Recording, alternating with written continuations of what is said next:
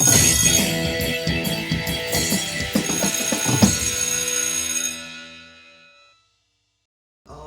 growing up, films were very important in my life, and music, and going to Catholic school. So I would say part of who I am and part of my creation was actually part of the movie Frankenstein, the monster movie, where it's like you find all these dead parts and you put it together and create a new person. I feel like I've gone out and found all these old dead parts from society and history and created myself. I became this monster. So that was one of my influences, big time. When I finally realized that I came into who Joey Arias was, all the influences I've had in growing up from North Carolina to LA, and then when I came to New York to reinvent myself, the moment I snapped and realized is when I was on Saturday Night Live with David Bowie. I remember they told us, whenever you see the green light on the camera, that's the camera's on you. And it was like going, oh, my TVC15, oh. And the green light was on me. And my mind just at the same time was going, I have finally become this person. I'm with my rock god. I'm on Saturday Night Live with my dear friend Lorraine Newman. I'm with Klaus. The whole world is seeing me. And we're creating something. And I'm wearing Mugler. I mean, everything was just all there. And that was, I just remember looking at the camera going, and I remember years before also, when I was at Fiorucci, I could see myself doing TVC15 with David Bowie for whatever reason. I just could see me singing that song with him. So then here I'm Saturday Night Live going, oh, my TVC15. And here I'm on TV, and that's Sherry Vine's email address, TVC15. So here we are. It's like, you know, it all works together. There's no mistakes in life.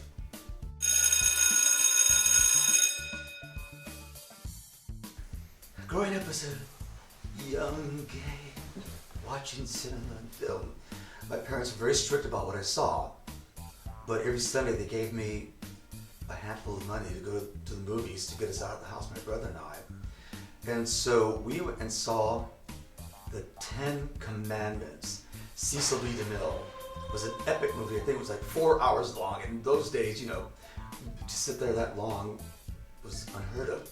So I remember sitting there watching this movie, like thinking, how genius Charlton Heston and Edward G. Robinson talking about that, you know, like the days of the Bible, like, hey, Moses, why don't you help me out of here with some gold over here, we go across the Red Sea. And all that kind of dialogue was cracking me up. And we actually sat there and watched that movie twice as a kid. Another film, I'd stay at my grandmother's house, and so my cousins and myself, we'd go to the theater, and she would drop us off early, and we watched, I think, 2 movies and cartoons. The whole thing was twice. We were there for hours. And watching Auntie Mame was just absolutely genius. I mean, Rosalind Russell carrying on like that, it was a huge influence about how I partied on people with class and elegance, and how you can go down the drains and something weird happens that picks you back up against you, because you're meant to be that person. So, and you just never give up. And so it was a hope for me, seeing Auntie Mame. And of course, one of my favorites is Cabaret with Leslie Valley. I mean, Nazi Germany, that period, Weimar, Cabaret, decadence, it just blew my mind. And that's why I feel, today I was thinking about, what am I going to do on this television show? And I thought, I'm going to be like Sally Bowles and take all the makeup off and go, I feel like a virgin.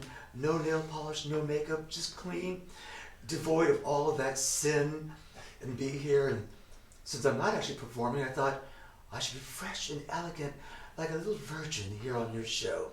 But there's one film that I've watched, and this is now, the 21st century. There's one film I've watched over and over and over, maybe like 2,000 times in a week. And the movie's called Prometheus.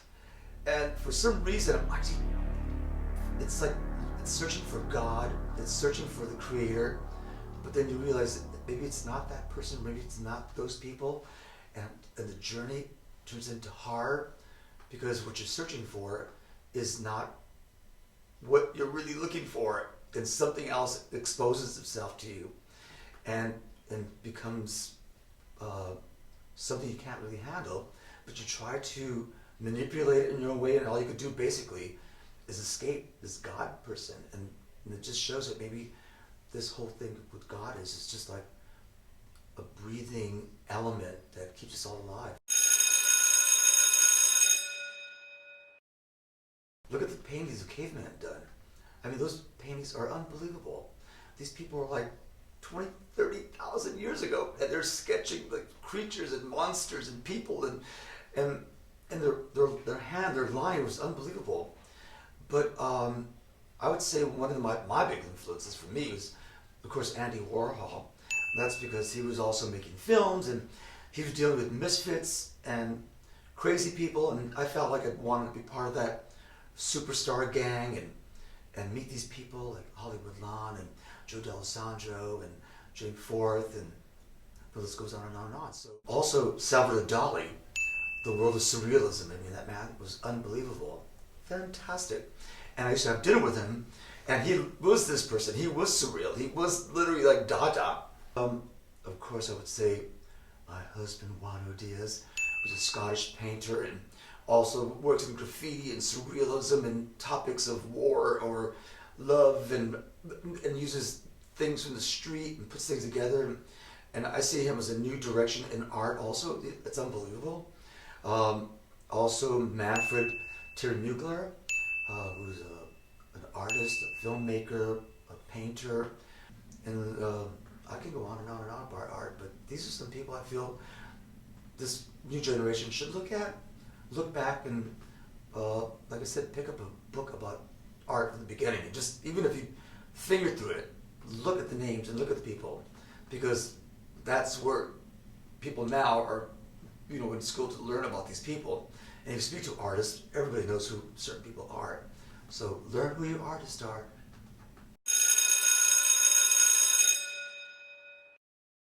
Music makes you want to jump up and dance, and I love it.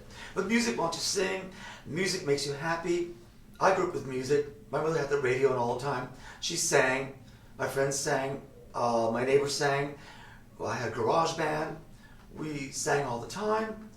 I think music is kind of a soul for the world because it makes you happy. One singer that you need to know about. There are so many fantastic singers.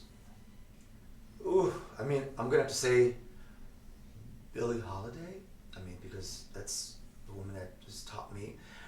I mean, I was kind of like stuck in a certain period of her life, but if you really go back into her library, she really was up, jazzy, wild, fun, crazy, amazing. And then you can hear her changing into the 40s, and then when she went into her strange fruit period, and she got a little bit more decadent. That's an amazing singer. I would say if I had to pick just one singer, that's for damn sure.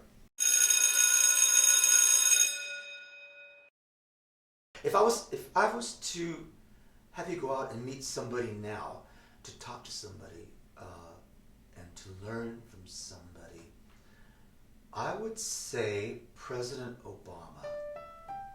President Obama. Here's a person who's changed his life. An amazing black man, become president of the United States. That's a lot of work, and I'm sure he's got that B12 shot in his ass 4 times a day, because no way in hell.